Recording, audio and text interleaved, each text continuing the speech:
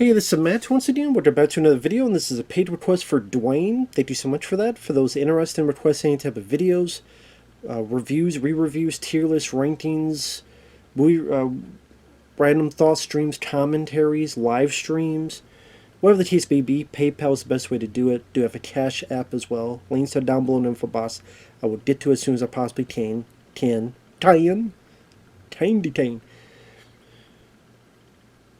Dwayne wanted me to do a reaction to the CineFiles, which these guys did these videos a long time ago. I don't think, sadly, they're doing that anymore. I did react to one thing they did before, which I liked, was their discussion on the Alien films. This one's on their discussion on the most disappointing films, so I'll be curious. Obviously, since this is from a long time ago, actually, let me double check on the date, which is why I'm sure certain films were not going to list. 15 years ago. So, yeah. Wow, 2010. So, 2010.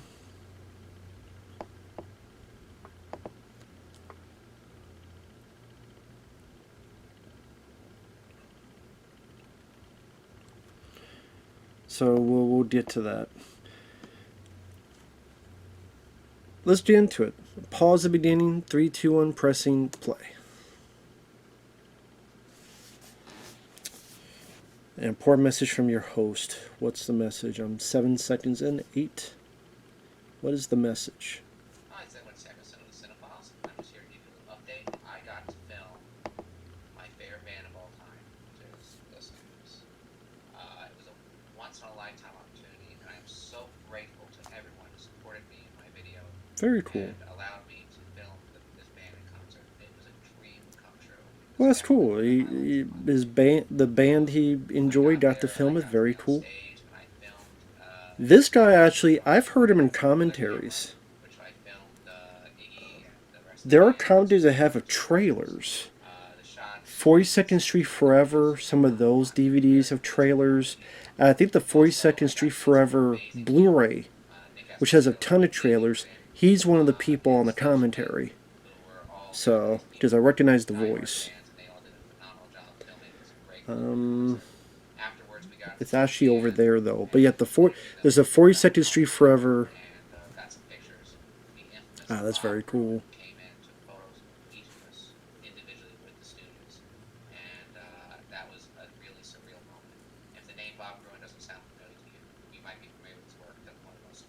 Iconic images in rock and roll history, which is the John Lennon New York City t-shirt picture. Okay. Also, I'm going to give you a little update here of what's happening with the CineFiles. As you can see, we've been uploading a lot of older episodes. They're not that old, but there is one going up every 2 weeks. I thought there was I wonder what happened. I wonder if they moved on to the bigger things, maybe production on actual movies. My birthday, unfortunately, is September 11th, which is a couple days from now, and I would like you to do me a favor. The show right now has 850 subscribers around that. It's gone up quite a bit in the last year, and I thank you for that. I would like all of you, if you're watching these videos, to rate them, and if you could, post them on your Facebook pages. We really want to get 1,000 subscribers by the end of the year, and I think that's very possible. Okay, so there's 800, just 1,000. Hey, that's understandable. 12 years ago was the last video uploaded. 12 years ago. Well, it says this is the channel for the older content, and it doesn't have a YouTube channel that has what the newer content. And it says there's a website, but it goes to nothing. I recorded a couple of commentaries and produced a couple of movies called 42nd Street Forever, Volume 3 and 4.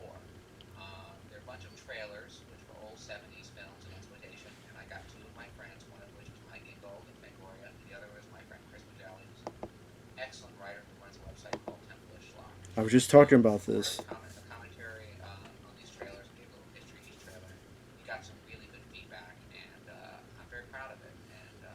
I have those DVDs. I like those commentaries. But anyway, I just want to give you an update, and I want to thank you all for all the support. I mean, there's a few volumes. There might be 4 volumes, at least 3 or 4 he worked on. I know there's one that was based on the the movie theater in Texas. Actually, I think I forget where it's been a while. And then the Blu-ray for he said I think Synapse released the Blu-ray. I think that has a shitload of trailers and there's new commentaries. So.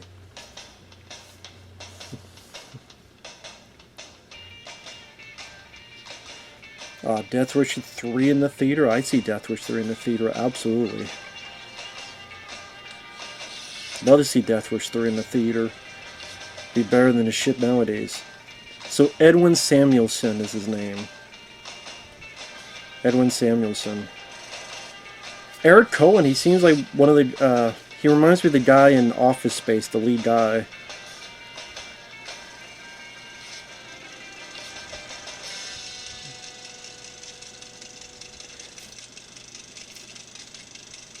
Hi, I'm Edwin Samuelson, and welcome to the CineFiles, a show that allows you to eavesdrop on the conversation with fellow film fanatics. Alright, well today we're going to be discussing the most disappointing films of all time. And this seemed like, with not as much of the comedy, but like a precursor to Red Letter Media. I wonder if they kept at it with the boom of this stuff, if... I was looking forward to. Couldn't wait to sit down and watch it, and after I watched it, the curtain went up, or went down, I should say. I thought, wow, that really was disappointing. I mean, I know that's happened to you guys quite a few times, and one film that I would definitely have to add to my list would be Robocop 3. I was a huge fan. Actually, even Robocop 2, I would say, was disappointing, because Robocop 1 is one of the best science fiction films, I think, ever. I love Robocop 1. I like Robocop 2. It's a step down. He sets the bar so high on his films. But I do like Robocop. But Robocop 3 especially. And I was really looking forward to Robocop 2. And he nails the subversive element, the social satire, better than anybody. Yeah, the problem with Robocop 2 was you didn't have Paul Verhoeven directing and putting in that subversive element. You had some nice things. I mean, Tom Noonan I thought was a very interesting villain in Robocop, but you didn't have the stuff that just came out of left field, and you had Robocop was very quotable.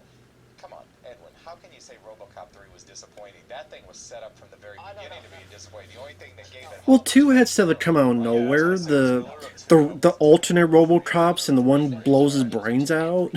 I didn't think Miller, no, number 2. Frank Miller wrote part 2, and it was rewritten, and he got upset, but he still came back and did part 3.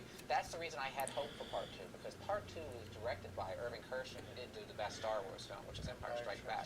And I like Robocop 2. It's... ever, which is the Dark Knight. Yes, which was Dark brilliant. Knight Returns, which is a brilliant. I remember it was one of the first comic graphic novels I ever read. I don't get what they mean by it didn't have stuff out of left field. What about the kids? The foul-mouthed baseball-loving kids? But it just goes downhill. Then I had hope for the third one. I was like, well, maybe they'll improve it. What about its take on PC culture? And they throw so much PC stuff into his brain and makes him nuts, which would work wonders today with the PC culture. The best I heard... Well, Decker. Fred Decker. Yeah, but I mean, come on, you lost Peter Weller. You're replacing him with what's his name? Yeah, Robert Burke. And, I mean, once you do that, you're taking Robocop away. So you got Robert Burke. No, and but then an improvement on Peter Weller? You out of your mind? The problem with Part 3, to me, is that it's a kid's film. Pure and simple. You have this huge Japanese super... I agree, Robocop 3 was a kid's film. It was pretty much a superhero movie, but the thing with Part 2 that more disturbed me was that it tried so hard to be like Part 1, but you don't have the talent behind it. It's still... It's violent. It's violent, but it also has some social satire, but it's not done correctly. And if it's done incorrectly, it totally misses... It was never going to be better than Part 1, that's the thing. The thing about Verhoeven that I love is that when you watch his films... That's the thing, Robocop 2 was never going to be better than Part 1. Some people can see it, some don't. Some people go into Robocop seeing it. I have a question. But I think Sticking to the subject. it's a fun sequel. When you went into Robocop 2, were you expecting it to be better than it was? Were you I mean, being that it was a sequel, I knew it wasn't going to be as good as the first one, but I expected maybe a little more thought to be put in the process. But I was sitting there watching... But it was. Like, the big thing to me was you have this 12-year-old drug dealer, and it seemed like one of the things that was written specifically for the role, we're supposed to be surprised that he curses. It's And just I a just shock felt, value, you know, right? just exactly. Well, I'd say it was like you. I was looking forward to it too because of the Frank Miller association. It wasn't because of shot values, because does First Robocop's the greatest. But I science think fiction also movies. too. I mean, the first RoboCop had really great acting from a lot of people. I mean, Peter Weller, Nancy Allen, Kirkwood Smith. I mean, these were great actors. Not, Say I mean, Dennis, but Dennis O'Hillery. Daniel Hurley. Okay, Daniel O'Hillery. I mean, these I don't agree with RoboCop 2. I don't think it's that bad. RoboCop creator, Miguel Ferrer. And I mean, but you just didn't have that quality after Tom Noonan and Peter Weller. It's so quotable, the movie, and the problem is like I was saying, like Verhoeven, puts all these little things into the movie, like a little social satire. People can see it as an action film, or they can see it as a satire and corporation. RoboCop 3, flying RoboCop. It's dumb. And robot and samurai ninjas. Yeah, and the guy in the wheelchair going, "Oh, he got rid of my ninjas." A guy in a wheelchair talking about his ninjas. And Rip Torn. Oh my God. I agree with 3. I fully agree with that. He's a shit All on right. all levels. Anyway, Let's move mine's on one now for the one you. RoboCop show. Take one for you. My most disappointing film of all time broke my heart and almost ended a friendship. It was, and I bitched about this ad hoc before. People know that as long as they've known me, this is definitely my most disappointing film of all time, and that was Aliens 3. I still to this day Agree. hold a lot against David Fincher, even though he was fired off the film. I hold a lot against Walter Hill and his. David Fincher wasn't really fired. He was never fired. I mean, I like Walter Hill. I loved him for the Walter Hill, David Geiler, and Larry Ferguson. Yeah. He wasn't fired. He did the film, but he wasn't happy with And it. just thrown it right into the dumpster because they're like, let's just kill all the guys that we cared about in Aliens 2 and throw it on a prison planet. It's not called Aliens 2, it's Let's Aliens. have Charles Dutton fist fight the alien at the end. And And let's then have no weapons. let's introduce, yeah. I mean, I don't like the film, but he doesn't really fist fight the alien. Aliens 1 all over again, but make it about, I don't know, 150 times less. It's literally him giving a sacrifice. Like a hybrid Yeah, he's gonna dog that tear into me just to give her time. I mean, you gotta be. He looks like the Roadrunner. Who the fuck is scared of the Roadrunner? I agree. Those shots, Okay. Tell us what you really feel. that effects. I agree. Bless his heart is trying to show me a copy that was not a studio cut, that was more of a director's It's cut. still flawed, but it's a lot more interesting. I'm not gonna lie to you. I think the idea of killing Newt and was a terrible disappointment. In fact, Newt I think they Hicks. should have just taken Sigourney Weaver to Earth from the beginning. Have you read the What's the Dan O'Bannon sequel? No. What's his name? The science fiction Oh, writer. William Gibson. William Gibson screenplay is I read considerably part of. different. I read part of it. I believe it's like it takes place on like some kind of like scientific planet. But it with brings research. back Hicks, Newt. They all survive at the end. Well, what it was supposed to be, and we've talked about this on our Alien show, what it was supposed to be, what the studio was going to go for, and then they nixed it at the end because they couldn't get like a agreement or whatever. But it was the humans, the Galactic Marines again, getting together with the elephant creature from the first one that was inside trying to send a signal. That's you know what I'm talking about from the derelict first ship. Aliens, The derelict ship. I don't remember it was the elephant that. race, and then it was a third alien race, and all three were going to the aliens' homeworld to finally exterminate the aliens. And I just thought that would have been just insane. I don't remember that idea. And it would have just been an insane, wonderful film. The William Gibson was like the kind of a space mall, kind of a station, But add a big turd in that and the It's a Xenomorphs. special edition look. It is worth a look. I'm serious. It really is different. In fact, the Wayland is like creating this virus, and it turns people into Xenomorphs, kind of like John Carver's The Thing, Two different versions. You know? And it is fucking horrible. It just, I know, which I thought was an interesting it broke idea. my heart. It just broke my heart.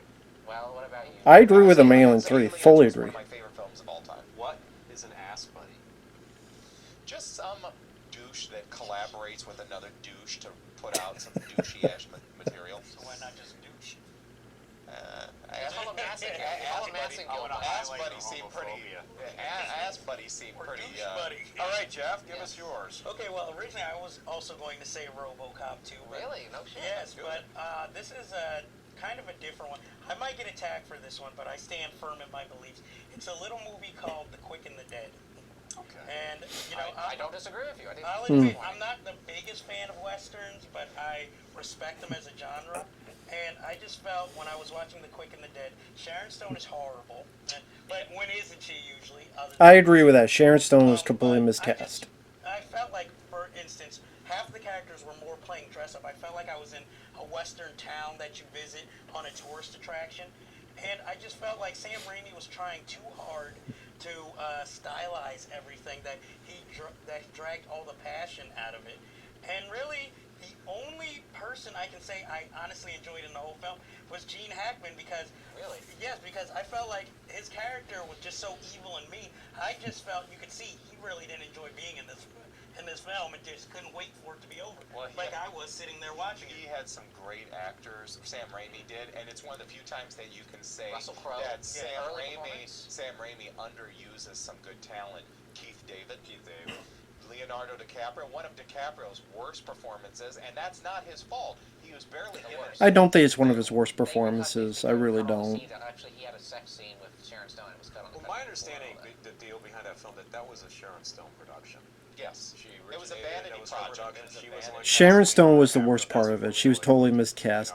It's an okay film. I don't think I it's. think it's a watchable film. I don't Yeah. think it's like a terrible film, but I thought agree Russell with Crowe you. was The decent. film the thing that kills the film is Sharon Stone. Yes. I agree with this guy. Fully agree with him. She's trying too hard. to The be guy who I serious. think I thought started in Office Space. I agree with him. The stoic gunslinger out for revenge. Don't show fear. If you're afraid Sharon to Stone go was. down, you don't know if you're gonna kill Gene Hackman or not. You don't do any of that shit. But it's like she was trying to use it as a showcase for her acting. And it came out around the same I time did as not Sunset buy her at Overdrive. all. That's not the kind of film that you do that kind of acting in. You gotta understand the archetypes. You gotta like. play Like by Gina, ear. There's a different type Gina of- Davis would have been That was better. my issue. I think the problem with this, and this is what I do agree with you, John, I think it's Sam Raimi's fault more. So, because let me tell you what happened.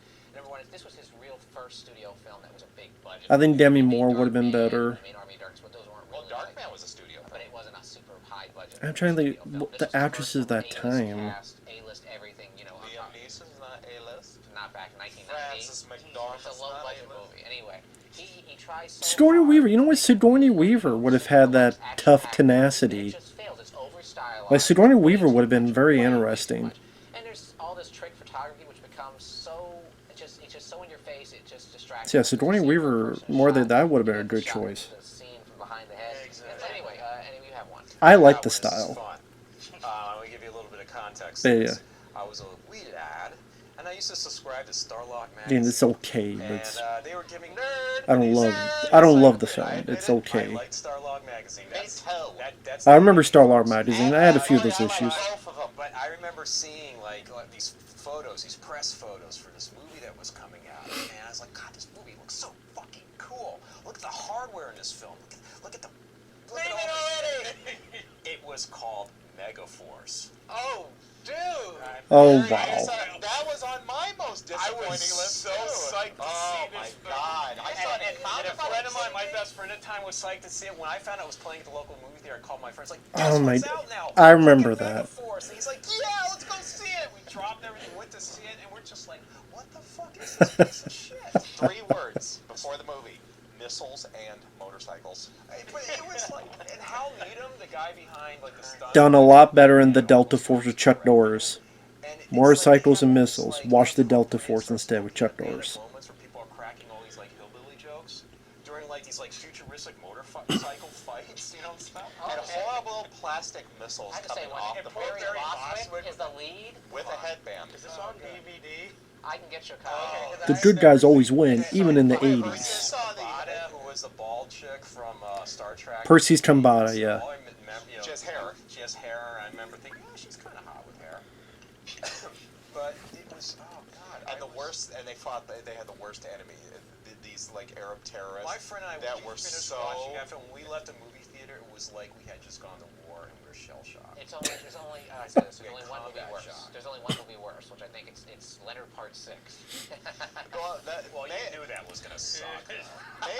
Megaforce. I knew Megaforce. Megaforce was like watching a really, really wealthy kid train hard for like a year as a boxer and a martial artist, and he gets like new nunchucks and he has new Chinese stars, and he goes and beats the poor kid down the street.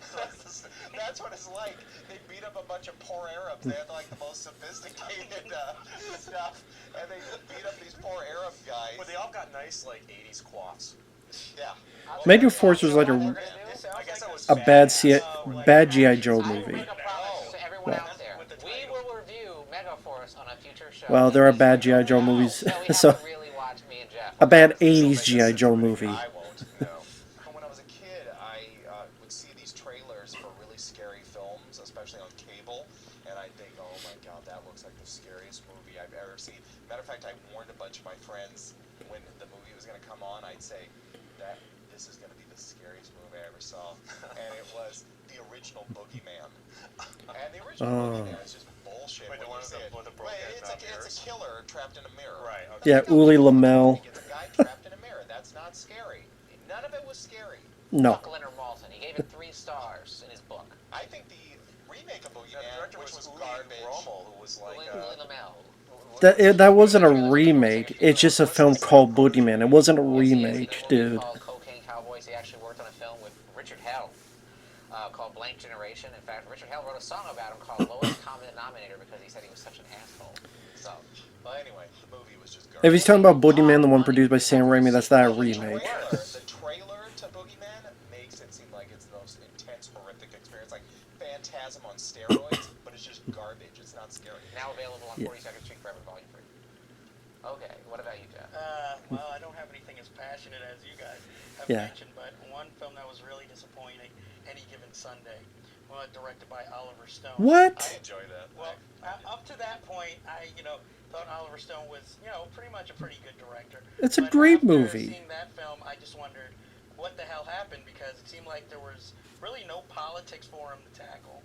No. Why story did? for him to Why does he tackle, so need it's just like, the well, politics we put, within the Al sports? Pacino as a coach of this team. What the fuck is this guy Basically, talking I don't know about? if you've seen it, but there was a show called First and 10, and it was like watching a big screen. HBO. More big screen, more Any dramatic. diff- O.J. Simpson. It's T.D. Exactly. Parker. That's what it was like sitting through this film. It was like, oh, these problems I don't identify with, or that I've never seen. And then Maybe even before the film, they made this whole big, brouhaha that in the film there was this eye gouging scene.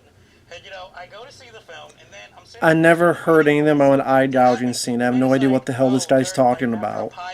One guy picks another guy's eye up off the. What the thing, fuck is and Jeff shots guy it, talking or about? you can't In a even really see. football game? Exactly. So that's why I was like, this. Any Given is Sunday is an awesome movie. I have no idea what the fuck this guy's talking about. I'm an Oliver Stone fan. I enjoyed the film. Yeah, so I mean, do we. it It felt was like a film Michael in Bay years, film to though. me. It didn't feel like an Exactly, Oliver but it Stone. was very disappointing considering what I thought it was going to be. I got one. I have no idea what the hell he's talking. Any Given Sunday is a great movie. I highly disagree with this Jeff guy. No. Well, I know he's seen it. I don't know if you guys have Even- seen it. I was waiting for this film for 25 years. So I can honestly It's say. not The Godfather's 3, Actually, no. is It's it? actually been. Well, that was 15 years. This one was actually even longer than that. It was actually. I've been waiting for this film for 28 years, and the film is a concluding chapter of Dario Argento's Three Mothers trilogy, which is The Mother of Tears.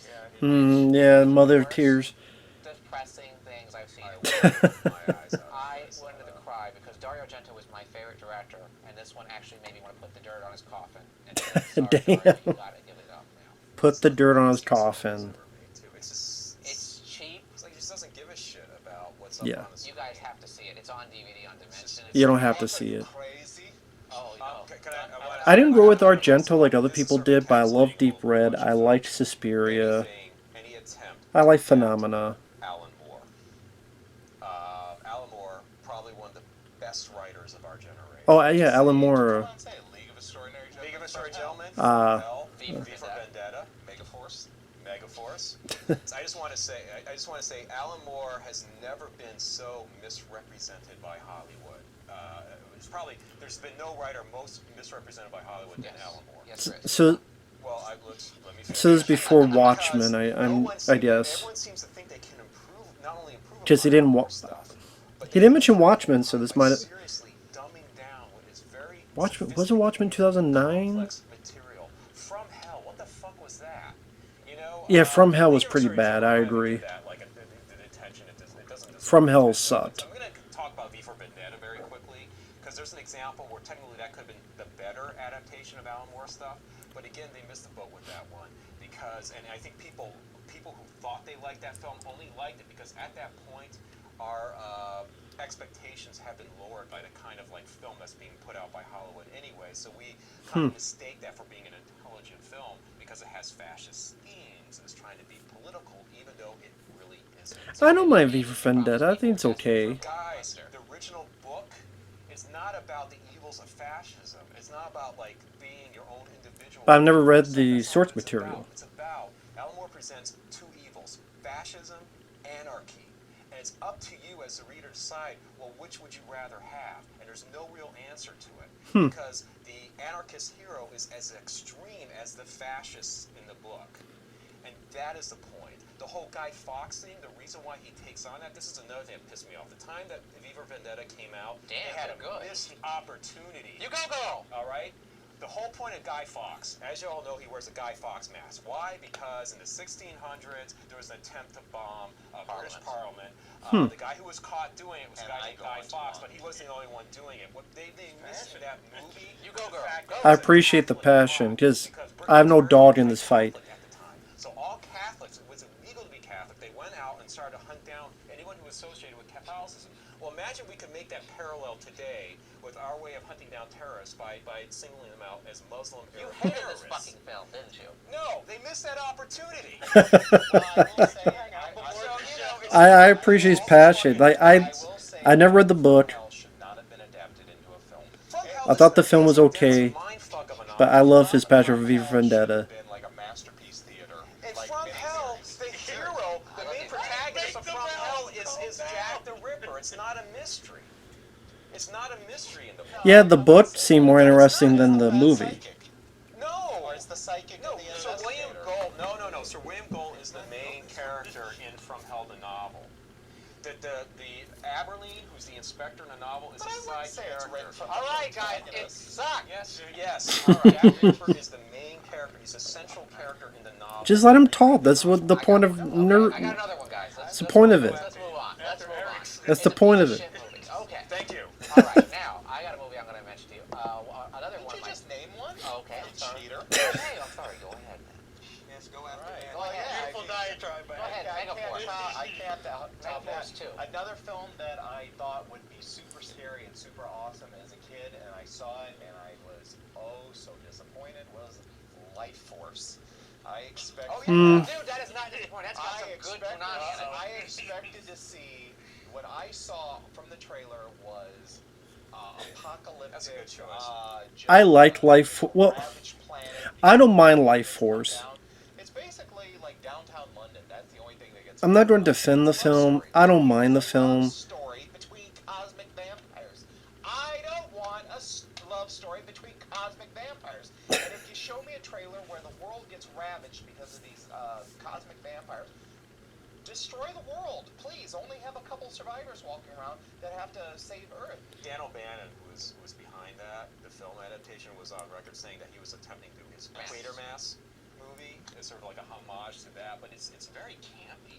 Well, Toby Hooper directed it. Overwrought acting. It's overproduced, and the problem is too. By the way, it's cut. It was cut really poorly. It's actually I don't know if you guys saw there's an international version which actually runs 15 minutes longer, makes it a little bit more sense, a little bit more coherent. But I mean, still, it helps it some. But still, And Steve Railsback has no presence at all. None. and Patrick Stewart is completely wasted. He's terrible. That's right. Well, yeah, but Like I said, I don't mind Life Force. Got Matilda May naked It's for a good actually- chunk of the movie. The best role is Frank Finley. I think Matilda May. Well, When you never forget. yeah, because you see her breasts. Yeah, sure. But she's a But beautiful woman. it's just really, it's one of those things that so did not match the trailer. And quite frankly, I was disappointed with her breasts. That's Toby Hooper. Well, dude, no. How are you disappointed in Matilda May's breasts? What the fuck? How? She's no Rachel Warren. I think you're looking Well, at that the guy. says something, actually, if you can't even like it for Who the fuck is Rachel Warren? Wow. Wow. This is the guy who gives the movies 2 thumbs up just for boobs. More of an ass man, but sure, go on. So let me mention one last one here. This is one that really disappointed me.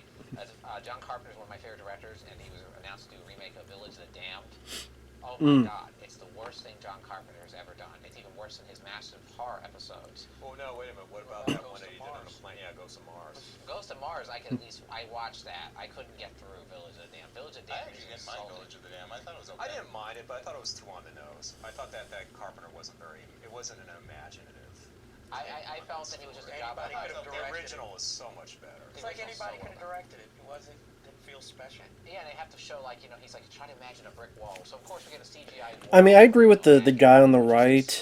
Village of the Damned was okay. Eyes was kind of obvious, that's But again, I don't care about the original. That's the thing. I have no love for the original one way or the other. Have a little mystery to it. They try to explain That's what's so too much. beautiful about the first film, And it's a very low budget film. It's very imaginative. I love every moment of the original, and the sequel's even good. The sequel's very interesting. Well, there you go. Yes.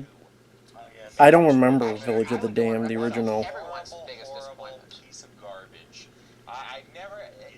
Amateur philosophy has never been less appealing than these long-ass monologues that the Wachowskis put in their film. Oh, my head wanted to explode. And they tried to dress it up with like 30 minutes of action sequence. Yeah, it was like a kind of And film where you were over 2 expecting. hours. Forget the rave The scene. trilogy in general, the first one was such a beautiful build-up for what you were hoping would be a great payoff. I really Like a mind-blowing payoff. And you sat there, you're like, man, an 11-year-old could come up with something much more original and creative, about that clever, rave and scene? mind-blowing than what they came up with. That rave scene, it was just 10 minutes in the middle, just all music and them dancing techno. It really felt like Music Star video Wars. sex scene. And it was going to go And on. then giving cameos to Cornell West and Roy Jones Jr. for really no reason. Well, that was our most disappointing. We'll Trust definitely me, do there'll another be show. more There'll be shows more. like that. Anyway, until next week. This was thank you. Thanks for coming. God, that was a fun one. I went by really fast. Oh God, that would have been good. Well, that was fun. That was a fun video. I liked it. Yes, I did. Oh, damn, I missed, what was at the end there? I saw someone was at the very end there. 1 second. Fun one. I went by really fast. Disappointing. It Sweet. really felt like Star. And I used to subscribe to Starlog magazine, and they were giving Nerd! And they used to Nerd! yes, I did. Oh, okay. But I mean, that was a fun video. Obviously, with videos like this, there's always going to be stuff you disagree with. Welcome to the real world. There will always be stuff you disagree with. Now, I do disagree with the fact of, okay, Robocop 2, I never thought it was as bad as people made it out to be. I don't understand the whole, it didn't do anything different. And I'm sitting there going, the take on the PC culture, especially in today's age, like I said before, where they throw all these PC rules that just literally makes Robocop go crazy. Literally makes Robocop not function. Just like nowadays, there's so many PC, you can't do this, you can't do this, you can't do this. So you just go insane like you did Robocop. I love the bit where the guy's smoking and he's shooting around. Thank you for not smoking. It's going over the top, overboard with these rules. What's on the nose? So was the stuff in the first film. The fake commercials were fun. The very beginning with John Glover, the anti-theft, car theft commercial. The whole alternate Robocops, where they're trying to make other Robocop 2s, and the one, shoots himself, and I thought that was clever.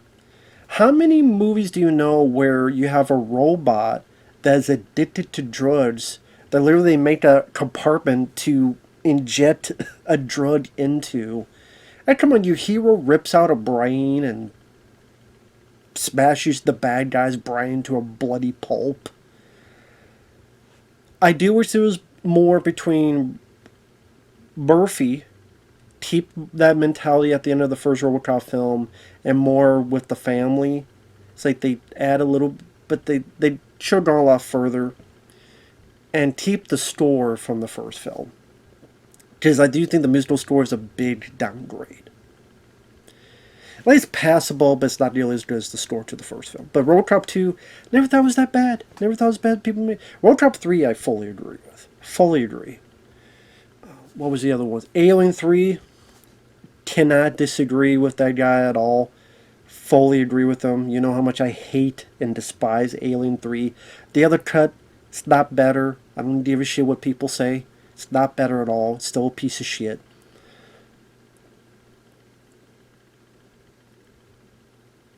Megaforce, yeah, I'm not a fan. If I want to see a guy shoot rockets from a motorcycle, I'll watch Chuck Norris in the Delta Force. I mean, I had no expectation of Megaforce, and I was like, this. I know my friend Mike OCP likes the film. I'm like, this is lame. This is like a shitty '80s G.I. Joe movie. It just like the production, like the look of the film. Not for me. I'm not a Megaforce fan. Let's see. Mother of Tears, Dario Argento. I can understand. I didn't grow with Argento like other people did.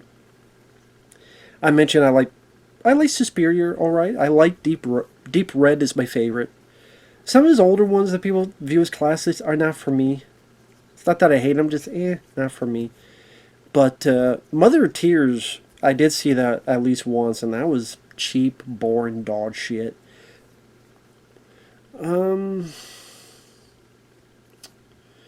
The Matrix sequence, I knew they popped that in there, and it was during the end credits. Like, whatever. Everybody hated the. I'm one of the only people that liked the Matrix sequels. I saw both of them in the theater. I saw Matrix 2 twice in the theater. I was at the right time, I guess, the right age. I like the sequels. To me, there's only 3 Matrix films, and I liked all 3 of them. There are flaws, but I liked all 3. But I do agree, in the second film, there's too many... When the Colonel Sanders, as I call it, the KFC-looking guy, is just jabbering on and on and on. You could feel the audience die in the theater. Just a bad call. It's a bad call, Ripley. It was a bad call. The one that confused the Quick and the Dead, I can understand. I don't mind the film, though. Village of the Damned, I can understand. I don't mind the film. Lifeforce, Any Given Sunday, I don't understand at all. I don't know what the fuck that guy was thinking or talking about. It doesn't have politics. Why does every Oliver Stone film need politics? So, in order for Oliver Stone to make a film, he needs to have politics. First off, it's the back and forth fight between the coach and Cameron Diaz. There's a bit of political shindig in there. Also, but why does it have to be? I didn't know there was some unspoken rule that Oliver Stone must have politics in his film. I'm sorry, that's a bullshit, stupid, dumb, asinine reason to hate that film. I think, hell, it's my favorite Oliver Stone film. And I get, we all don't like the same movie and not going to like the same, but, and I didn't hear anything about an eye gouging scene. I never heard that until that guy said it. This theory I don't relate to. I'm like, then get your fat ass out there and fucking do something. I mean, sorry. I know that's mean, but what the fuck, dude? Okay, I know I'm being mean, but what the fuck? Like, stupid fucking... That guy... Did, I don't know. Didn't give a fuck what that guy was saying. That guy... Teach their own... Whatever. But, overall, fun video. Thanks once again, Dwayne. Take care, everyone, and we'll see you in the next video. Bye-bye for now.